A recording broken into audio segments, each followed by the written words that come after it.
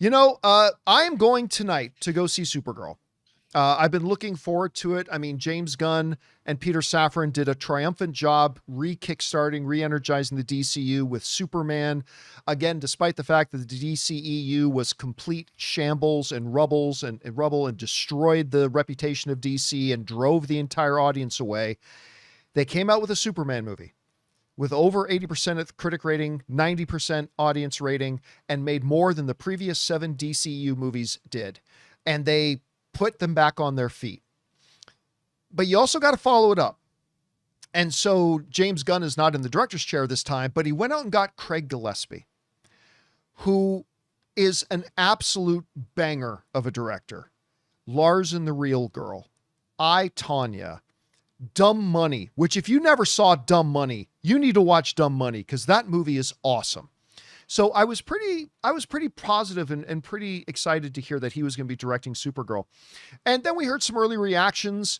They were pretty tempered. They were mostly positive, but pretty tempered at the same time. I'm going to go see it tonight. But this morning, the full reviews for Supergirl came out.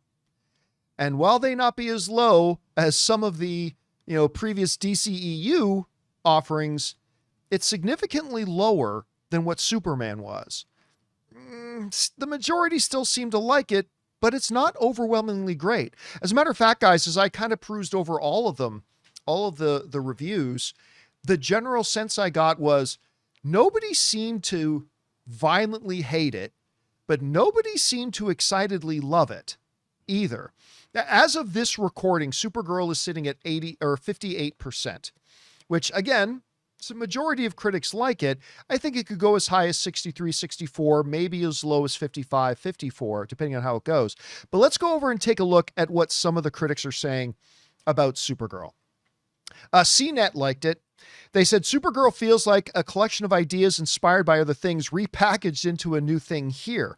Along with Gunn's signature move of having every stylized fight sequence fueled by some form of pop music, I find myself checking out more than once. Forbes liked it. They said Millie Alcock is the perfect Supergirl. By the way, that's a common theme. Even amongst some people who didn't like the film, they seem to think she was great in the role. Anyway, Millie Alcock is the perfect Supergirl. Her backstory, Craig Gillespie's direction, fight scenes, production design, and Alcock's acting are superb. But it's everything else that needs adjusting. Nerdist liked it. They said it's nowhere near a bad movie, but I wanted Supergirl to bowl me over, and it simply did not. Dan Merle didn't like it. He gave it a 5.5. He said, it's not a terrible film by any stretch of the imagination. It's just not that memorable or exciting either. Beyond the Trailer didn't like it, said a big disappointment after Gunn's excellent Superman last year. Supergirl inexplicably throws fantastic source material in the trash, the comic Woman of Tomorrow, in exchange for a watered-down version of Guardians of the Galaxy, the Marvel's Mad Max. Original Sin John Kirks liked it. He said Supergirl has her personal issues. Supergirl and Superman aren't just heroes with near limitless power here. They're also characters with depth, and their relationship adds layers to the legend. Zach Pope liked it. He said, I love Millie Alcock as Supergirl. Sadly, I only liked Supergirl the movie. Tons of highlights, but barely scratches the surface of Woman of Tomorrow, which we all love the source material. Guardians of the Galaxy Light meets Mad Max. Fun? Sure. Memorable? Kinda. Lobo? Awesome. I wanted more, though. Inverse liked it. They said Supergirl, with its perfect cast lead and its space western stylings, has all the ingredients to be amazing. But instead of soaring, it just sort of falls short. Big Gold Belt Media didn't like it. They said Supergirl succeeds as a character study of Kara's trauma, but its thin plot and script conveniences keep it from becoming something special. Muses of Media liked it. They said, bolstered by pitch-perfect performances from Alcock, Ridley, and Momoa, Supergirl soars at its highest when it folds the audience into all the emotional stakes at play, paired with thrilling action. Sebastian Kahn liked it. He said, Supergirl is fine, but considering how memorable Superman was last year, it made sense to expect something more from the latest film in this new DC universe. THN liked it. They said, despite not being as mighty as Superman, Supergirl remains a fun space journey, one capable of filling at least some of the void left with the conclusion of the Guardians of the Galaxy series. The San Francisco Chronicle liked it. They said Alcock's Supergirl has grown into the hero she's destined to become, and by the time the credits roll, it's her performance, not the increasingly oversized spectacle surrounding it, that leaves the strongest impressions. Fandom Wire liked it. They said Gillespie's follow-up to Gunn's Superman doesn't feel nearly as polished, but the visuals are fantastic, the universe is expansive, and Millie Alcock and Jason Momoa deliver standout performances. And we'll end off here with the Daily Telegraph that didn't like it. They said, like watching an endless orangey gray rehash of scenes from Mad Max and Star Wars. Who is faster than a speeding bullet and can leap tall buildings in a single bound? Supergirl's novel answer, who cares? All right. So we are left here with, again, pretty mixed. Slight majority of the critics seem to like it, but it doesn't seem to be eliciting a lot of strong emotions either way. Nobody seems to over the top hate it. Nobody seems to over the top love it. The people that didn't like it still say there's certain good things about it. The people that do like it point out a number of its problems.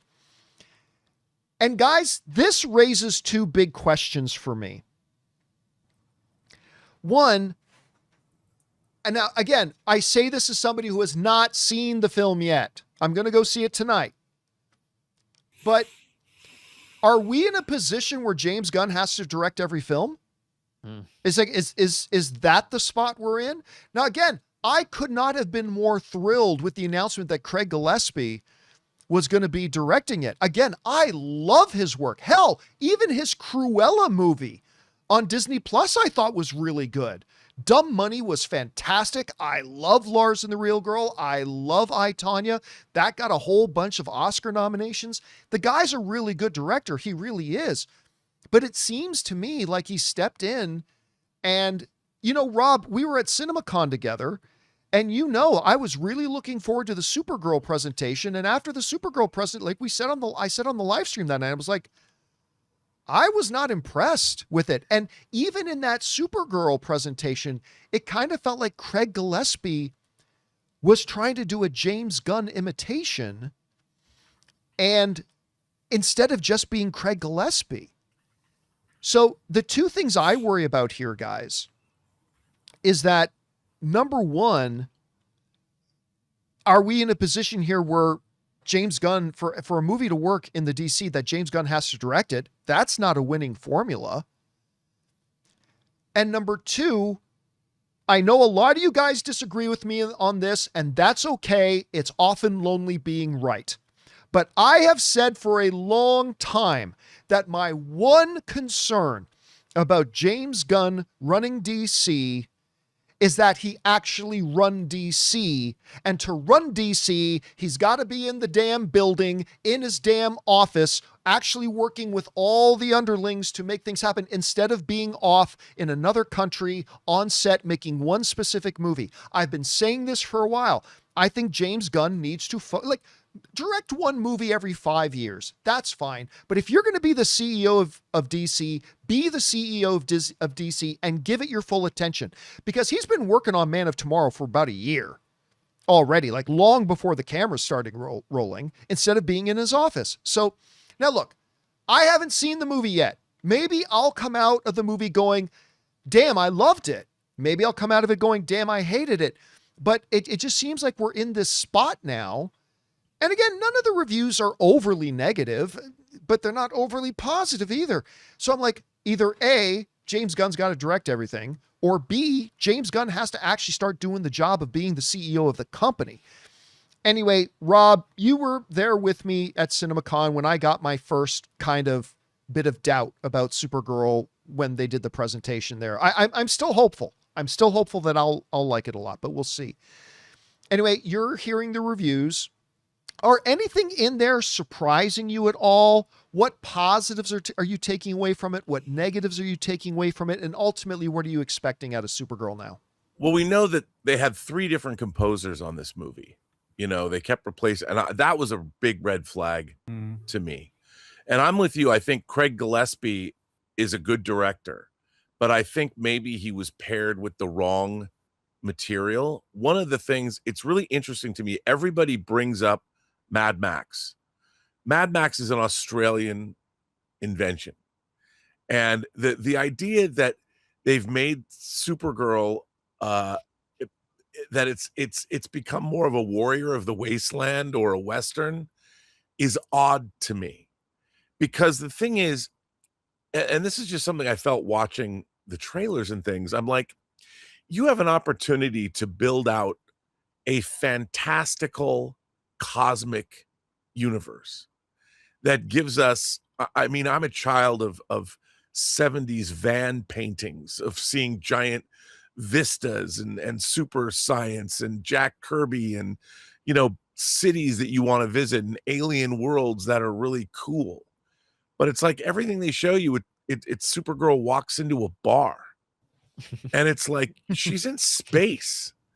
Like, okay, if you're gonna, but why does that planet have to look like someplace I find familiar? You know, show me something that I haven't seen before. And I feel like maybe the approach was not what audiences. I mean, I'm just saying that the attitude for this is I wanted to see the DC comics that I grew up with, which were really colorful and vibrant, and you had that super science. And when you were in space, the Legion of Superheroes or Adam Strange or the New Gods or something, show me that. And I think that they kind of missed an opportunity to do that with this movie, but I haven't seen it. It's hard for me to say. And that was the thing that was apparent to me when I was watching the movie. I thought, you know, we saw those Krypton flashback scenes that were in the movie. I didn't think so much of the film would be taking place in the space wasteland. But I think, and that's part of it. The tonal superhero movies have to have the right tone. And what James Gunn has set up with his own Superman movie is a tone that this movie doesn't look like it followed. And that's kind of what I was worried about. And it seems to be that's the case. I mean, I agree. Like 100% I agree that it like right from the beginning, the tone of Supergirl felt very different from Superman. But then again, you and I both agree that the tone of Clayface feels different from the tone of Superman. But these might be two ones that should maybe be a little bit more similar to each other. Well, I just want the space. I want the cosmic nature of the DC universe. I mean, we're going to see Green Lanterns too. I want I want it to be cool. I want space to be awesome. It was awesome in Guardians of the Galaxy. There's the head of a Celestial. There's Xandar. You know, there's all this cool the Nova Corps, and you know, there's super science out there in the galaxy, not just Western bars. Anyway, Brian, you're seeing the reviews now. Where has prior to today, where's your expectations for Supergirl been? And is there anything coming out of these reviews that are really standing out to you? I would say from the trailers, I've been optimistic. I think the reviews have left me a little feeling like, oh, that feeling where like it's an okay movie. And I'm not, look, I go see every single one of these movies. I eventually get my butt out there, but you know, just had a kid. Am I rushing to go there tonight like you are out? Maybe I'll give it another week, where before it would be like, I've got to see it. I don't feel I've got to see this based on the trailers. And I think her introduction in Superman was fun. I almost feel like some of the maybe the quirkiness of her from the Superman movie has been left to be a little more like, oh, we're actually like edgy and rough and tough. And so even the way she's presented in the trailer is a little different. She is cocky, she is brash, but she had a little like kind of like quirkiness to her that was a little brighter. We haven't seen it. We don't know exactly how they're going to portray the cosmos, but like Rob says, people have criticized me when I say, hey, I read comics growing up in like the 80s and the 90s, and these movies, in order for them to feel more unique and more different, need to lean into the source material a whole lot more than they have. And it doesn't mean that they're copying it, but that's where quite honestly, you're getting more of these like original ideas of things that we just haven't seen, that were too outlandish to ever be seen in movies before. So I'm going to see it. How about this? I don't want to say cautiously optimistic, but I kind of feel that way. That's where I'm at now. Like I was very, again, most important part of any movie is going to be the director. They got a great director on board. I was feeling very optimistic about Supergirl until we got to CinemaCon. Once we got to CinemaCon and we saw the presentation, which I wasn't really thrilled with, I converted exactly to that, Brian. I went to cautiously optimistic, and I've remained cautiously optimistic throughout it. And again, there's a number of movies that come out that a lot of people like that I end up not liking, and that a lot of people don't like that I do end up liking. I hope this is going to be one that I love, but I'll find out a little later tonight. Guys, question is for you. What do you think about this? The reviews for Supergirl aren't bad. They're not good. They're right there in the middle. Nobody seems to love it or hate it. It's sitting at, like I said, last I checked, 58%. Could go down as low as 55, could go as high as 62, 63, but it's going to finish right there in the middle where some people like it and some people don't. Is that what you were expecting? Were you hoping, think it was going to be worse? Do you think it was going to be better? Whatever you guys think about it, jump down to the comment section below and let us know your thoughts. Guys, we want to take a second and thank a sponsor of today's video, Hims. You know, one of the hardest things about trying to lose weight is just figuring out what actually works, because we've seen them all. There are a million trends, diets, and gimmicks out there, and honestly, it can get overwhelming. And that's why weight loss by Hims really stands out. Hims now offers access to an affordable range of FDA-approved GLP-1 medications, including the Wegovy pill at its lowest price ever, and the Wegovy pen. With Wegovy at Hims, lose up to 20% or more of your body weight when combined with diet and exercise. It helps you regulate your appetite and eat less, so success is within reach. Plus, Wegovy is the first ever and only GLP-1 available in a pill for weight loss, so there are no needles needed. And the process is extremely convenient. Everything happens online. You connect with a licensed provider who determines if treatment is right for you, and if prescribed, your medication gets delivered right to your door. No insurance necessary. Ready to reach your goals? Visit hims.com/Campea to get a personalized, affordable plan that gets you. That's HIMS.com/Campea. hims.com/Campea. Based on advertised cash price for 30-day supply of medication only. Membership required, fee not included, and billed separately. Weight loss by Hims is not available in all 50 states. Wegovy is the registered trademark of Novo Nordisk A.S. To get started and learn more, including important safety information, Wegovy clinical study information, and restrictions, visit hims.com.